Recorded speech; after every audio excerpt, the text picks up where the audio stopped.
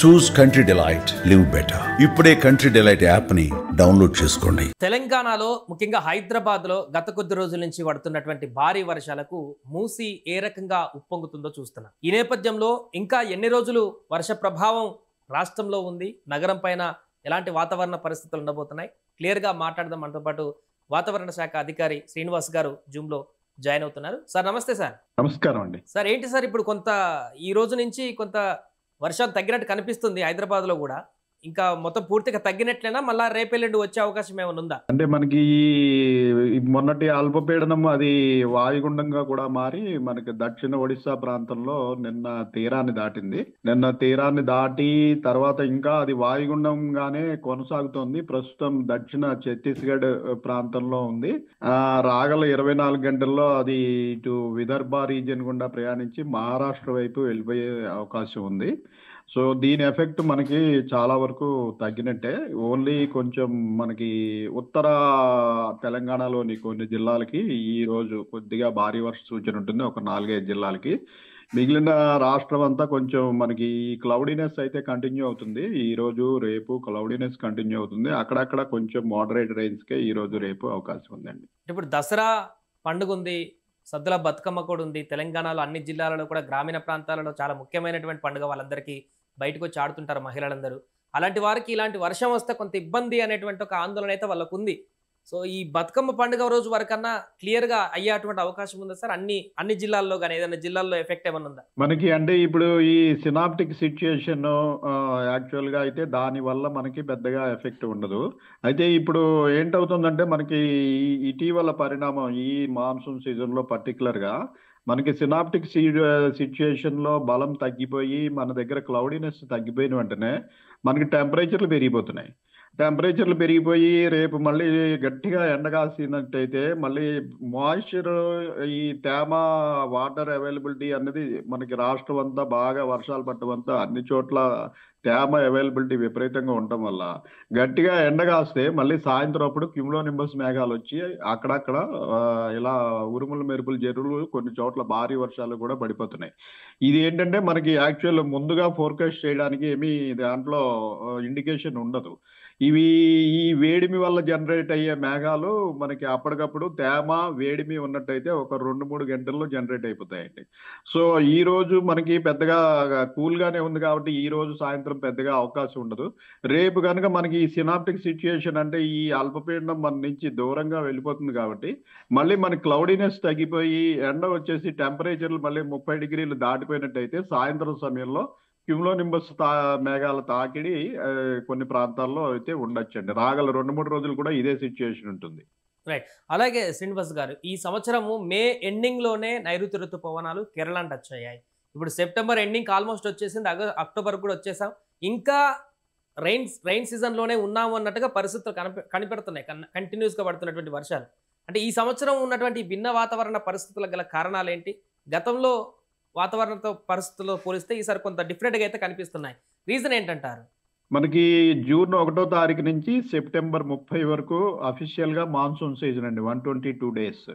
ఈ 122 డేస్ లో around June 1 normal date of onset at Kerala మన కేరళలోకి ప్రవేశిస్తాయి.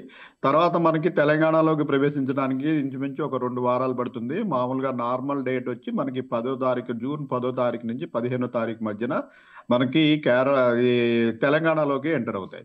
తెలంగాణలోకి ఎంటర్ అయ్యి గ్రాడ్యువల్ గా అవి నార్త్ ఇండియా, మన సెంట్రల్ ఇండియా, నార్త్ ఇండియా ఇట్లా కవర్ చేసుకుంటూ లాస్ట్ పాయింట్ మనకి నార్త్ వెస్ట్ ఇండియా, రాజస్థాన్లోకి ప్రవేశించేటప్పటికి ఇంచుమించు జూలై 15వ తారీఖు ఆ ప్రాంతానికి, జూలై ఎండింగ్ కానీ ఆ ప్రాంతంలోకి మొత్తం ఋతుపవనాలు దేశమంతా కవర్ చేసేటప్పటికి ఇంచుమించుగా జూలై లాస్ట్ వీక్ అవుతుంది. ఈసారి మనకి ఒక 4-5 రోజులు ముందుగా మనకి ప్రవేశించాయి. అయితే ఓవరాల్ గా మనకి రాజస్థాన్లోకి ప్రవేశించడం ఓవరాల్ కంట్రీ అంతా కవర్ అవడానికి నార్మల్ డేట్ వరకు సరిపోయింది. అయితే మళ్ళీ ఈ రివర్సల్ కూడా మళ్ళీ ఎక్కడి నుంచి లాస్ట్ పాయింట్ ఉందో అక్కడి నుంచి రివర్సల్ స్టార్ట్ అవుతుంది. మనకి వాయువ్య రాజస్థాన్ నుంచి రివర్సల్ స్టార్ట్ అవడానికి మనకి నార్మల్ డేటు సెప్టెంబర్ 17 అయితే ఈసారి సెప్టెంబర్ 14 నుంచే అక్కడి నుంచి మనకి తిరోగమనం మాన్సూన్స్ వెనక్కి వెళ్ళిపోవడం అనేది స్టార్ట్ అయింది. స్టార్ట్ అయ్యి ఆల్రెడీ మనకి రాజస్థాన్లోని కొన్ని ప్రాంతాలు, గుజరాత్లోని కొన్ని ప్రాంతాలు, హర్యానాలోని కొన్ని ప్రాంతాల నుంచి మాన్సూన్ విత్డ్రా అయిపోయింది.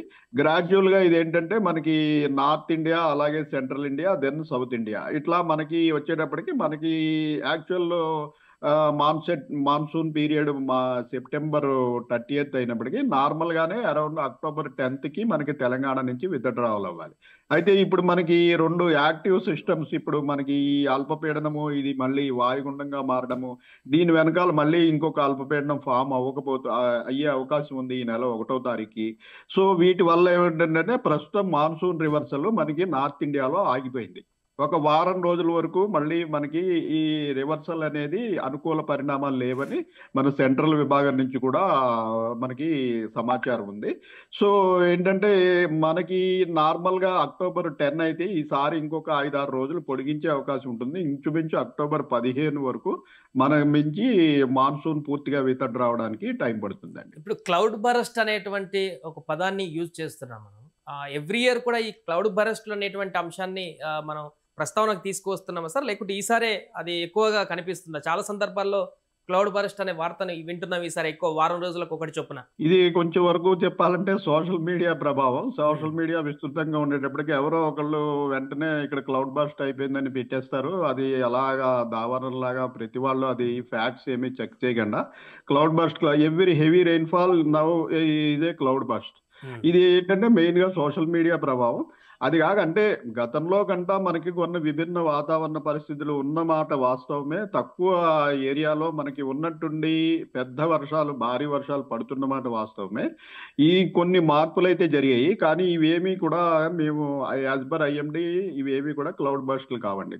క్లౌడ్ బస్ట్కి అనుకూలమైన వాతావరణం మైదాన ప్రాంతాల్లో ఉండదు. ఓన్లీ కొండ ప్రాంతాలు అంటే మనకి ఉత్తరాఖండ్, హిమాచల్ ప్రదేశ్ ఇటువంటి కొండ ప్రాంతాలు ఉన్న దగ్గర మాత్రమే క్లౌడ్ బర్స్ట్లు సాధ్యమవుతాయి. ఇక్కడ సాధ్యమవడం అనేది అత్యంత రేర్ ఫినామినా. సో ఇవి ఏంటంటే అతి భారీ వర్షాలు పడుతున్నమాట వాస్తవమే. అయితే ఇవి క్యుములోనింబస్ మేఘాలు ఇక్కడ ఏర్పడుతున్నాయి, అక్కడ ఏర్పడుతున్నాయి. ఈ క్లౌడ్ బర్స్ట్లు కూడా క్యుములోనింబస్ మేఘాల వల్లే ఏర్పడతాయి. కాకపోతే వాటి ఫార్మేషన్కి జరిగే ప్రాసెస్, అది క్లౌడ్ బర్స్ట్ కావడానికి అయ్యే ప్రాసెస్ మైదాన ప్రాంతాల్లోనూ మనకి కొండ ప్రాంతాల్లోనూ చాలా డిఫరెంట్గా ఉంటుంది.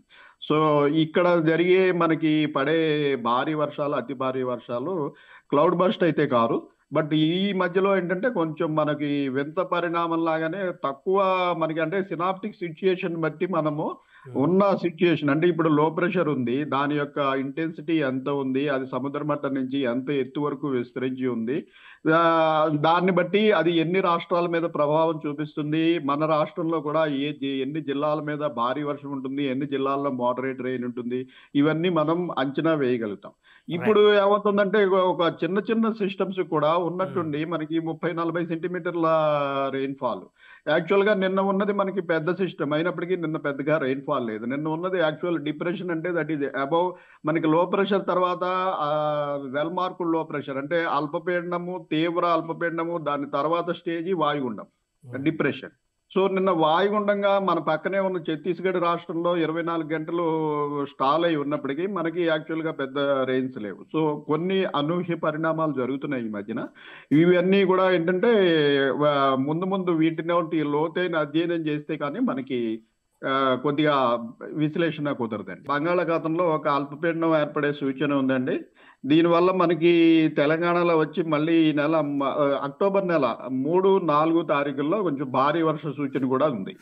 October first week sir, October 1వ తారీఖు నాటికి బంగాళాఖాతంలో అల్పపీడనం ఏర్పడే సూచనలు ప్రస్తుతం కనిపిస్తున్నాయి. దసరాకి ఎగ్జాక్ట్ గా అక్టోబర్ 1కి అలా అక్కడ ప్రారంభమైతే మనకి తెలంగాణలో దాని ప్రభావం చూపడానికి ఇంచుమించు అక్టోబర్ 3-4 తారీఖులకి తెలంగాణ మీద ఎఫెక్ట్ ఉంటుంది. రైట్, థ్యాంక్ యూ శ్రీనివాస్ గారు. సో మొత్తానికి అది ప్రస్తుతం హైదరాబాద్ లో రైన్స్ అనేటివి కొంత కుదుట పడ్డాయి, రివర్సల్ రెయిన్ అనేది కొనసాగుతుంది. ఈసారి అక్టోబర్ 15th వరకు కూడా ఉండేటువంటి అవకాశం ఉంది రెయిన్ సీజన్ అంటూ కూడా వారు చెప్తున్నారు. సుమన్ టీవీలో మీ పర్సనల్ అండ్ బిజినెస్ ప్రమోషన్స్ కోసం కింది నెంబర్కి కాంటాక్ట్ చేయండి.